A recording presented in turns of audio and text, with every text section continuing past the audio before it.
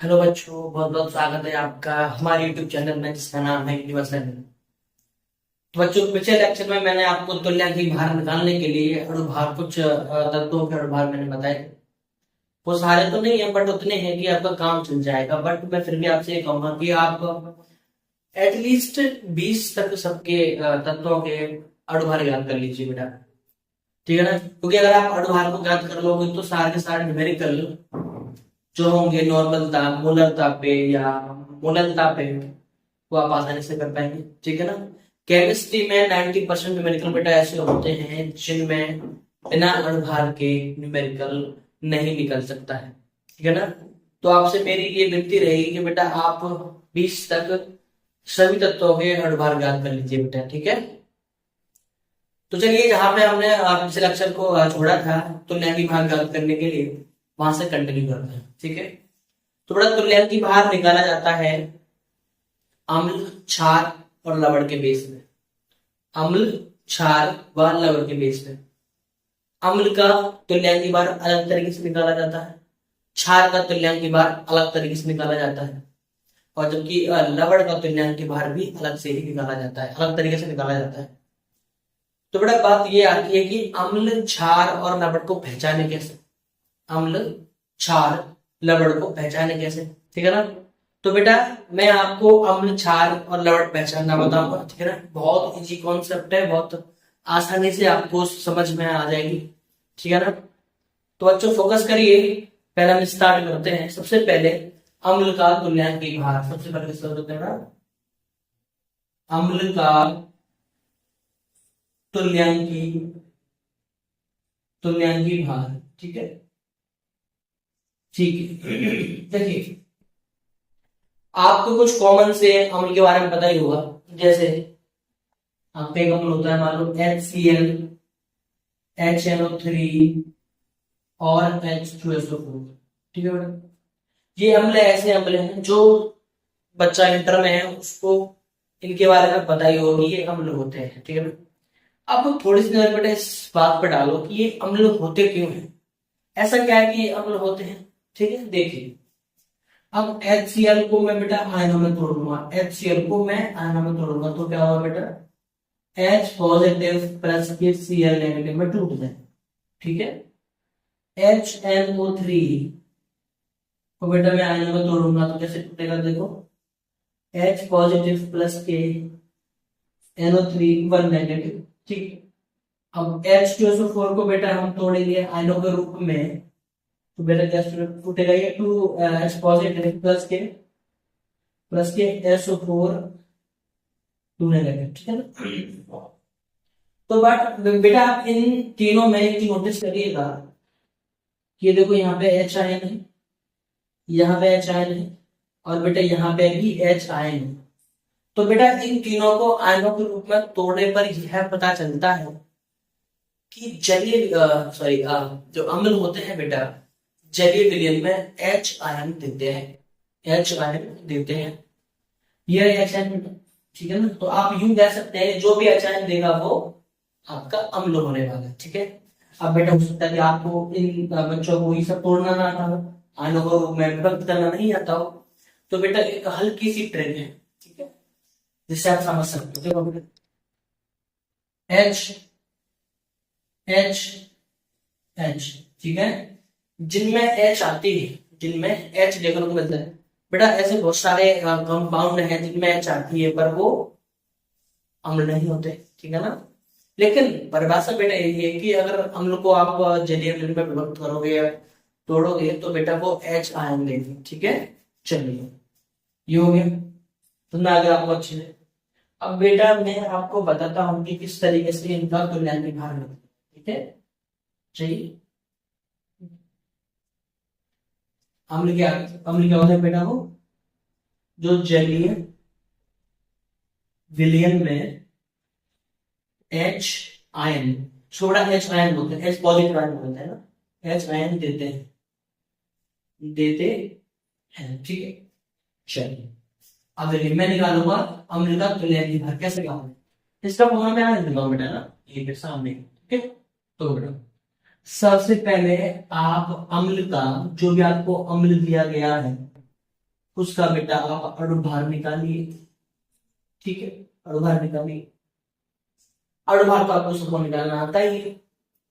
अणुभार निकालने के बाद जिसका भी निकाल रहे हो उसमें बेटा H आयनों की जो संख्या होती है बेटा उसका डिवाइड करो, उसका डिवाइड करो।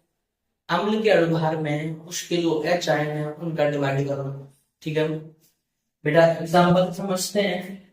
देखो मैं एग्जाम्पल ले लेता हूँ बेटा, पहला HCl के लिए है ना। तो देखो बेटा HCl में H का अणुभार होता है बेटा 1, इसका होता है 35.5 अपॉन, ठीक है ना। अणुभार लिख लिया मैंने, आपका अणुभार लिख लिया। देखो H का अणुभार 1 और क्लोरीन का 35.5 अणुभार लिख लिया। भट्टे में क्या बेटा, भट्टे में है H आयनों की संख्या। तो बेटा बताओ कितने H है बेटा, कितने H है बेटा, एक H बेटा, एक H है। तो एक H का भाग दे देंगे बेटा, ये हो जाएगा आपका 1 प्लस के 35.5 यानी कि 36.5 बेटा, ये आ जाएगा HCl का तुल्यांकी भाग, HCl का तुल्यांकी भाग। ठीक है, अब आते हैं बेटा H2SO4 पे। H2SO4 का तुल्यांकी भाग कैसे निकालना। सबसे पहले जो भी आपको अणु दिया गया उसका सबसे पहले अणुभार लिखिए। देखिए बेटा हाइड्रोजन का होता है अणुभार 1, ठीक है, 2 का बेटा मल्टीप्लाई कर दो, ठीक है, प्लस लगा दो। आगे कौन है सल्फर, सल्फर का होता है बेटा 32, ठीक है। ऑक्सीजन का होता है बेटा 16 और 4 का इसमें बेटा मल्टीप्लाई, ठीक है, अणुभार निकल गए। अब बेटा पट्टे में क्या आता है H आयनों की संख्या। तो बेटा कितने H, आपको H ही देखना है, आपको H ही देखना है, क्योंकि बेटा जितने H हैं फॉर्मूले में उतने ही H आयन बनेंगे। तो बेटा बताओ कितने H है बेटा, 2 H है। कितने बेटा, 2 H। तो आप इसमें 2 का डिवाइड कर दो, तो 2 प्लस के 32 प्लस के 64 बत्ते 2, ठीक है। चलो इसको बड़ा आगे इधर लिख देते हैं, जिससे कि एक आपके नीचे और आ जाएगा। 2 प्लस के 32 प्लस के 64 अपॉन 2 का मतलब है ना। तो 4 4 6 3 8 बेटा कितना हो गया, 18 हो गया, ठीक है ना। बेटा 2 का डिवाइड कर दो, 2 चौके 8 दोनों बेटा, ठीक है ना। ये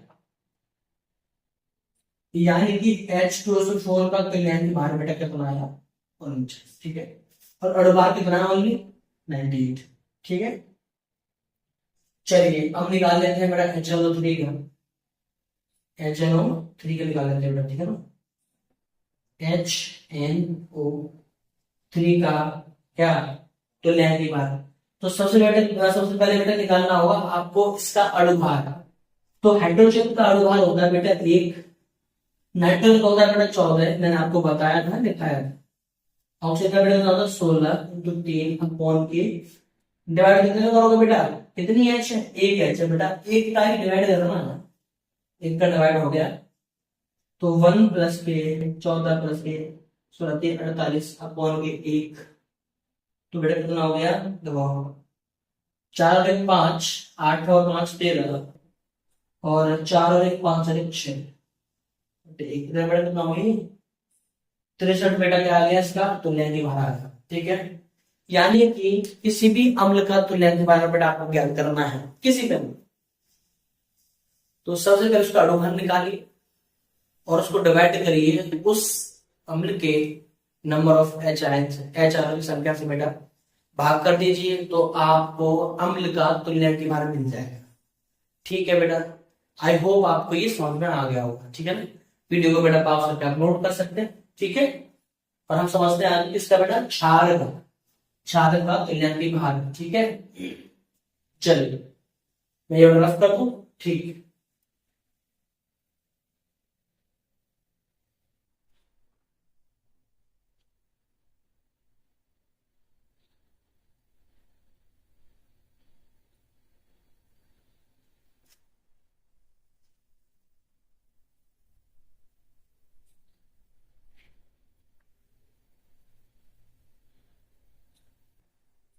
ठीक है बेटा, आपको याद करना है कि इसका क्षार का, ठीक है, क्षार का,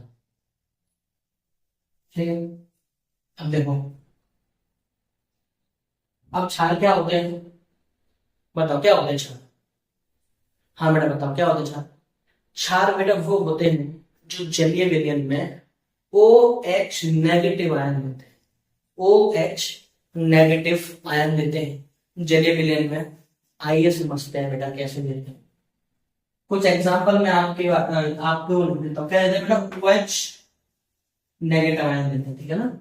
चलिए पहले मैं कुछ एग्जांपल आपको कर देता हूँ। देखो NaOH, ठीक, KOH,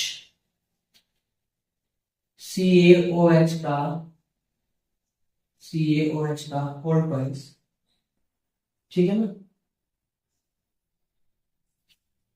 और भी बेटा ले सकते हैं आप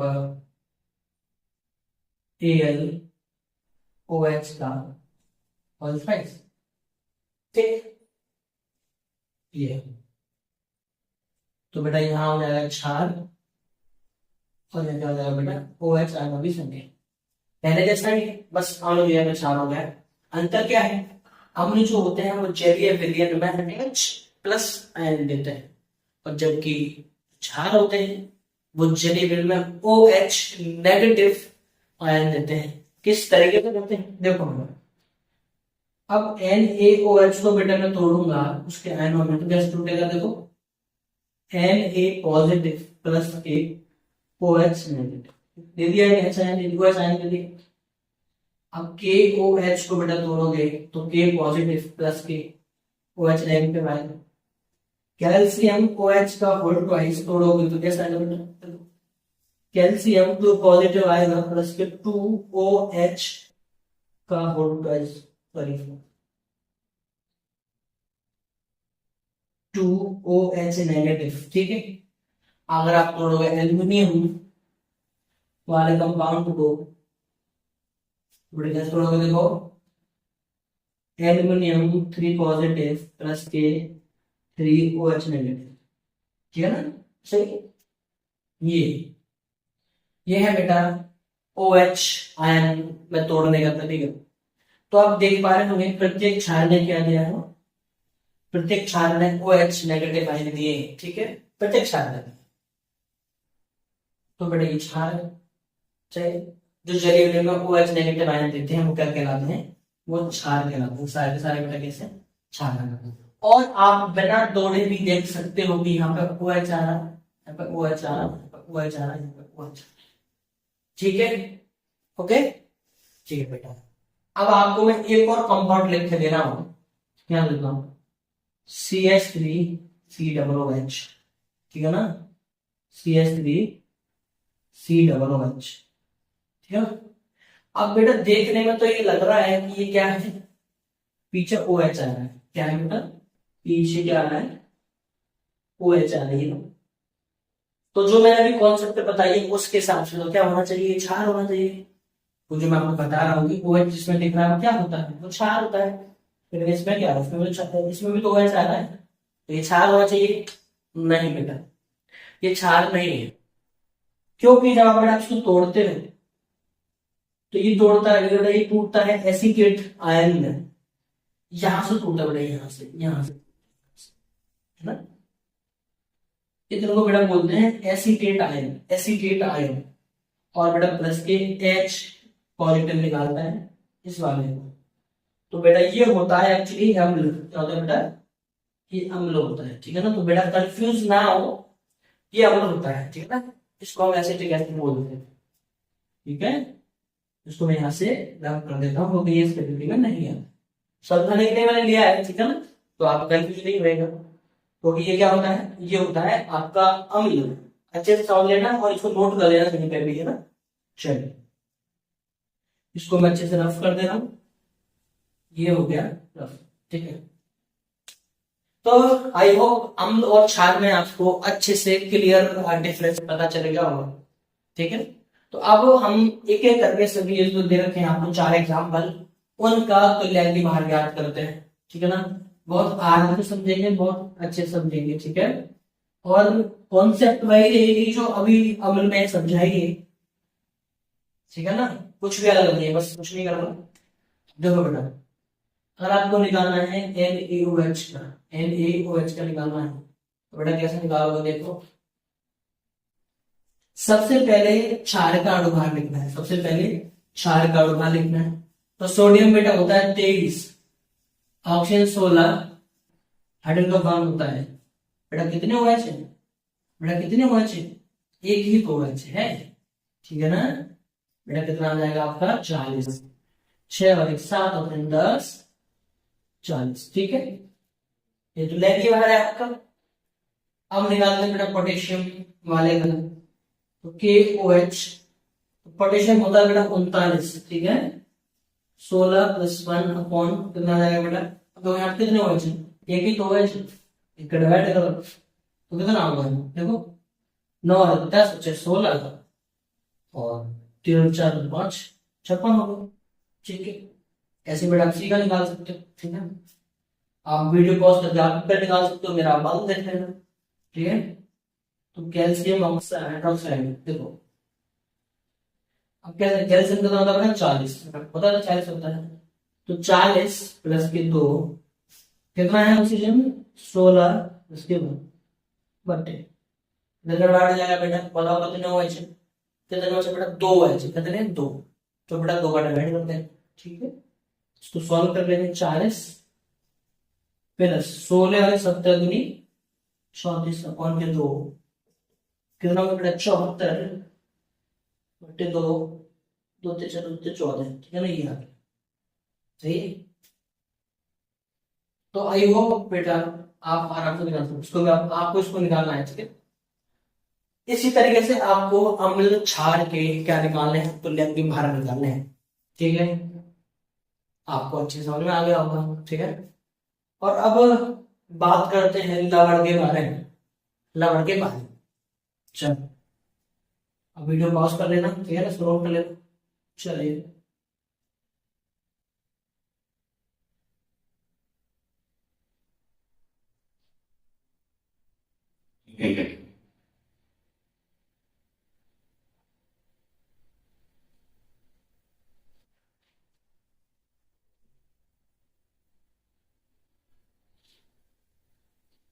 देखिए बेटा आपको ज्ञात करना है किसका,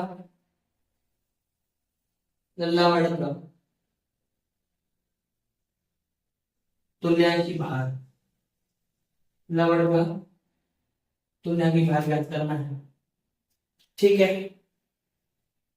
तो बेटा लवण का तुल्यांकी भार ज्ञात करने का तरीका है ना, अम्ल व क्षार डिफरेंट है, अम्ल व क्षार से थोड़ा सा डिफरेंट है, ठीक है ना। डिफरेंट किस तरीके से है बेटा, आपको किसी भी कंपाउंड में धातु को पहचानना सबसे पहले आना चाहिए, ठीक है ना।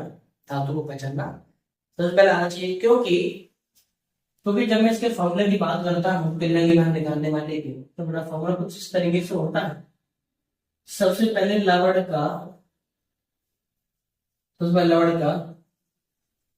अणुभार देखिए, जैसे कि क्षार और अम्ल में किया हमने, ठीक है। अब बेटा डिवाइड को करना है ना, तो धातु की संख्या का डिवाइड कर दो इंटू संयोजकता, धातु की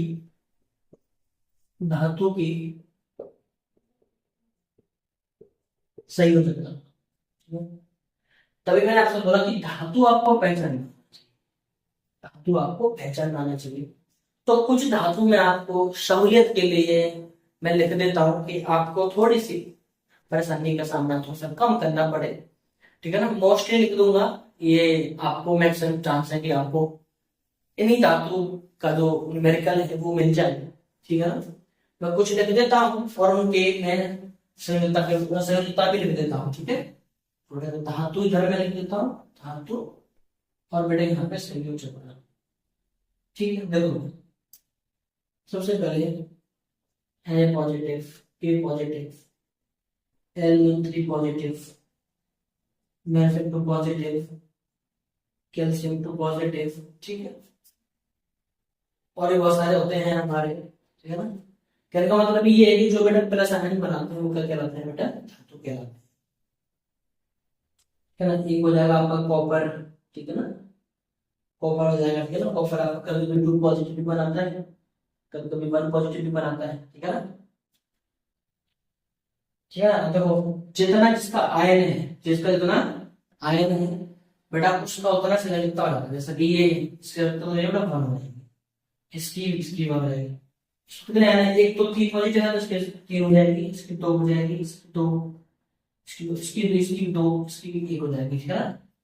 तो आप इस तरीके, ये है कॉमन जो हमेशा आते रहते हैं, एमजी वगैरह, मैग्नीशियम वगैरह, एल्यूमिनियम वगैरह।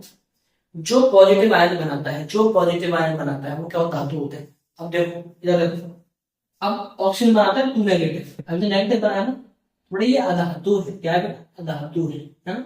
सल्फर बनाता है, सल्फर क्या बनाता है, कितने नंबर पे आता है, 16 पे आता है। तो 2 8 और 6 क्या करेगा, 2 ले लेगा तो क्या बनाएगा, H2 नेगेटिव बनाएगा। देन इस तरीके से जो नेगेटिव बनाते हैं, अब नाइट्रोजन 3 नेगेटिव बनाता है तो ये अधातु, क्योंकि ये गैस होती है, ठीक है ना बेटा।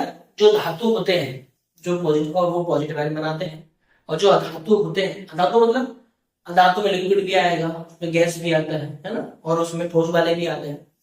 जो धातु नहीं है वो सारे सारे अधातु होते हैं, जो धातु नहीं है ना वो सारे सारे अधातु होते हैं, और वो बेटा बनाते नेगेटिव है, ठीक है ना। तो आई होप आपको समझ में आ जाएगा। और ये मैंने देखिए ना, आपको सब जगह आपको यही करेंगे कंपाउंड में लिखने के लिए, ठीक है। आप एक पेज पर ये लिख लीजिएगा, जिसके पास जितने आयन होते हैं, ऊपरी को जितना चार्ज होता है वही उसकी संयोजकता कहलाती है, ठीक है ना। तो बेटा मैं इसको रफ कर देता हूँ, हम स्टार्ट करते हैं लवण वाला, है ना। चलिए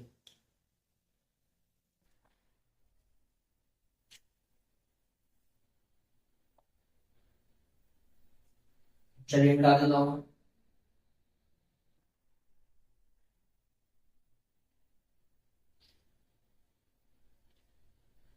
अब देखिए, अब लवण के एग्जाम्पल का कुछ लिखता हूँ। अब सर लवण क्या होता है, मतलब लवण क्या होता है बेटा, लवण होते हैं जो कि अम्ल व क्षार की, अम्ल व क्षार की परस्पर उदासीनीकरण क्रिया के फलस्वरूप प्राप्त होते हैं, परस्पर उदासीनीकरण क्रिया के फलस्वरूप होते हैं, फलस्वरूप बनते हैं, फलस्वरूप बनते हैं, ठीक है। अब देखो, तो बेटा आप सोच रहे हैं कि मैं इधर क्यों लिखता हूँ बार बार, क्योंकि एक्चुअली इस फॉर्म में ना ये रिकॉर्डिंग चल रही है, क्योंकि मैं इससे तो जिस समय वीडियो शूट हो रही है, वीडियो शूट कर रहा हूँ, तो इससे बेटा रिकॉर्डिंग चल रही है ना। और मुझे देखना पड़ता है कि कितनी लंबी वीडियो हो गई है ना। तो कुछ बच्चों को लग रहा होगा कि मैं देख के पढ़ा रहा हूँ, ऐसा नहीं है, क्योंकि मैं इसमें वॉइस रिकॉर्ड कर रहा हूँ और उसमें वीडियो रिकॉर्ड कर रहा हूँ। बट आप जानते हो बजट नहीं है इतना ना, तो उस हिसाब से चीजें करनी पड़ती है। आप लोगों के लिए कर रहा हूँ बेटा, है ना। आप अच्छा रिजल्ट लेके आए, है ना। तो मार्कशीट बेटा जब एक बन जाती है ना, अगर नंबर चढ़ गए मार्कशीट में, अगर आपके नंबर बन गए 45, तो बेटा ये जिंदगी भर रहने वाली है, बदल नहीं सकती, है ना, समझ रहे हो। तो बेटा हमको तैयारी इस तरीके से करनी है कि मार्कशीट पे ना 80% नंबर आने चाहिए, जिसको आपको दिखाने में अच्छा लगे और लोगों को देखने में अच्छा लगे, कि लोग बोले कि हाँ बच्चे ने सच में मेहनत करी है, ठीक है ना। क्योंकि बेटा अगर ये बार नंबर छिप जाता है ना मार्कशीट पे, आप सोच चेंज नहीं कर सकते जिंदगी भर, गिल्ट फील होता है दिखाने में नंबर, है ना। तो बेटा अगर आप चाहते हो कि 80% नंबर आ जाए, बेटा आप अच्छे से पढ़िएगा, फोकस करिएगा, ठीक है। क्योंकि बेटा दिक्कत होती है फिर बाद में। चलो अब बेटा मैं एग्जांपल लिखता हूँ, तो आप लोग थोड़ा सा समझ में आएगा कि लवण किस तरीके से होते हैं। देखो सबसे पहले मैं लिखता हूँ, एक सबसे फेमस नाम है NaCl। जो बच्चे बच्चे को पता है, जो बच्चे बच्चे को पता है कि NaCl नमक हो, ये लवण होता है। उसके बाद Na2CO3, उसके बाद K2CO3, ठीक है ना। उसके बाद MgSO4, है ना, Al2O3, ठीक है। और बहुत सारे हो सकते हैं, है ना?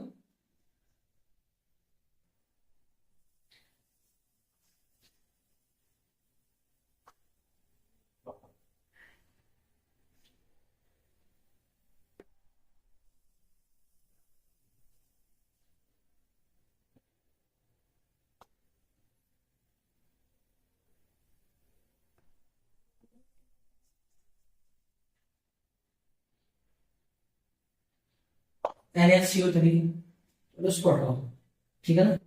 चलो इतना चीज को इधर समझ में लगेगा, ठीक है ना।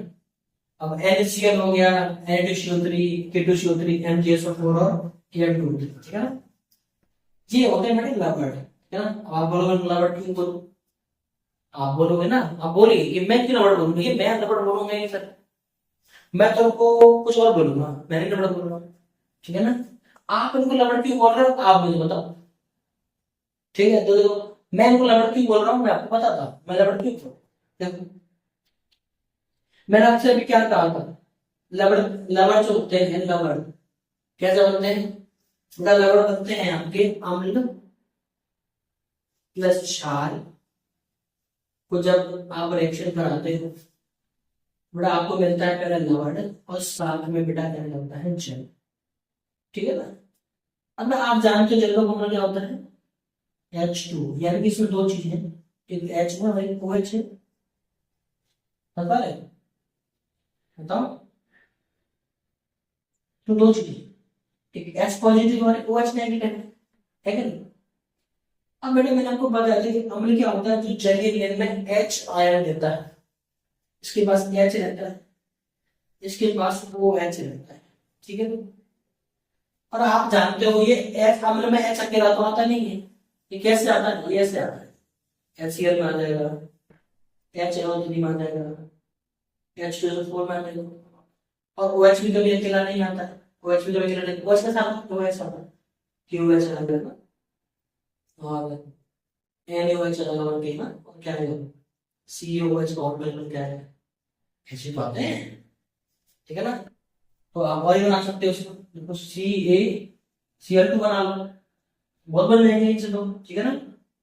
अब देखो अब होता क्या है कि इसका H अम्ल का और इसका OH दोनों जुड़ जाते हैं, दोनों जुड़ जाते हैं, क्या बना लेते हैं बेटा,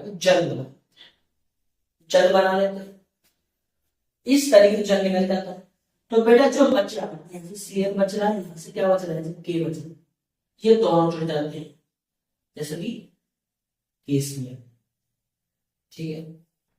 तो बेटा इस तरीके से लवण बनता है, इस तरीके से लवण बनता है, क्योंकि तो अम्ल के H आयन और क्षार के OH नेगेटिव आयन जल बना लेते हैं, आपस में जल बना लेते हैं, और बचा कुछ एक दूसरे के साथ बॉन्ड बना लेता है और लवण बन जाता है, ठीक है।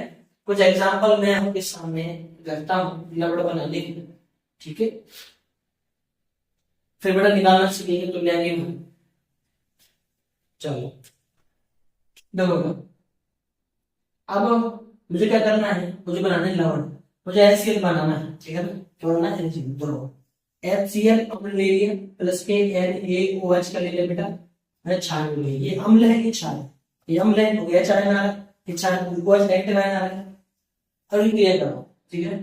तो क्या होगा H और OH निकल जाएंगे, क्या हो जाएगा बेटा H2O बनाए, और जो बचा रहा था Cl और N है बेटा ये जुड़ जाएंगे, क्या बना देंगे NaCl बना देंगे,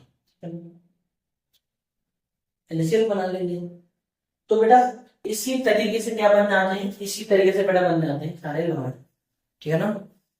तो आपको एक लवण पहचानने की मैं ट्रिक देता हूं, आपने बेटा यहाँ पे चीज नोटिस करी कि यहाँ से H निकल गया और यहाँ से OH भी निकल गया, तो H और OH निकल गए, बच्चे कौन बिना H और OH वाले।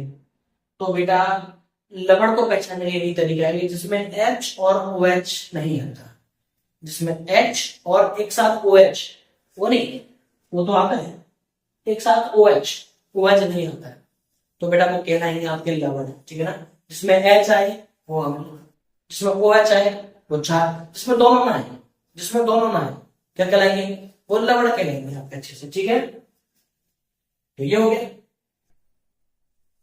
तो अब मैं इसको मिटा देता हूं, अब आते हैं बेटा अपने मेन टॉपिक पे, क्या आते हैं बेटा आपके मेन टॉपिक पे आते हैं, ठीक है। अब देखो अब करते हैं अपन निकालना स्टार्ट। मैं सबसे पहले लूंगा NaCl को, फिर मैं लूंगा बेटा ये दोनों एक गैस है तो मैं इसको ले लूंगा, ठीक है ना। फिर मैं इसको ले लूंगा, बाकी आपको निकालना है, ठीक है ना, बाकी आपको निकालना है। आप देखोगे सबसे पहले मैं NaCl को ले लेता हूं, तो ये लवण है, लवण का सबसे पहले अणुभार लिखिए 23 35.5 लिख गया बेटा। सोडियम का 23 और क्लोरीन का 35.5 लिख गया। अब बेटा अब क्या है, धातु की संख्या, तो बेटा धातु कौन है, सोडियम, तो ये बताया था मैंने। अब क्लोरीन तो नेगेटिव बनाता है, Cl नेगेटिव अपने पड़ा हुआ है, तो अधातु है, हमको चाहिए कौन, धातु। और एक और तरीका है, धातु हमेशा उल्टे हाथ की तरफ लिखा होगा, देखो उल्टा हाथ पे, उल्टा हाथ पे, उल्टे हाथ पे, उल्टे हाथ पे, ये वाला उल्टे हाथ पे, उल्टे हाथ पे, ये भी एक तरीका पहचानने। तो कितने हैं धातु, सोडियम है धातु, और एक ही क्वांटिटी है उसकी, एक ही है, एक इंटू, ठीक है। अब धातु की संयोजकता क्या होती है, तो धातु कौन है, सोडियम, तो कितनी है इसकी संयोजकता बेटा, +1, +1, ये पॉजिटिव बनाता है ना, Na पॉजिटिव बनाता है ना, तो क्या है संयोजकता 1, कितनी बेटा 1, क्योंकि ये है एक पॉजिटिव आयन, तो कितने आया तो संयोजकता, आप बेटा इसको सॉल्व कर लेंगे तो कितना होगा, 5 और 3 8, 58.5, 58.5 अपॉन के 1, कितना आ गया 58.5, इसका तो लेंगे बाहर। अब मैं बात करूंगा Na2CO3, तो सोडियम का बेटा 23 होता है, तो यानी सॉरी अणुभार 2 का मल्टीप्लाई कर देंगे तो 2 है सोडियम। अभी कार्बन है, कार्बन बाहर होता है, आगे ऑक्सीजन है 16 होता है, 3 का मल्टीप्लाई करो बेटा, हो गया। अब धातु सोडियम है, तो कितने 2, कितने 2, और इसकी संयोजकता कितनी होती है 1। कई बच्चे सोचेंगे कि भैया दो एन पॉजिटिव है, 2 है आपके सोडियम, तो 2 रखने हैं, नहीं बेटा 2 नहीं रखनी है, आपको एक ही धातु की रखनी है, ठीक है ना, चाहे वो नंबर में कितना भी हो, और उसकी जो रियल संयोजकता है आपको वही रखनी है। तो सोडियम कितनी होती है बेटा 1 होती है ना, और 1 कर दोगे बेटा, को कर लो 30 दूनी 40 प्लस के 12 16 48 अपॉन बेटा बनेगा 2।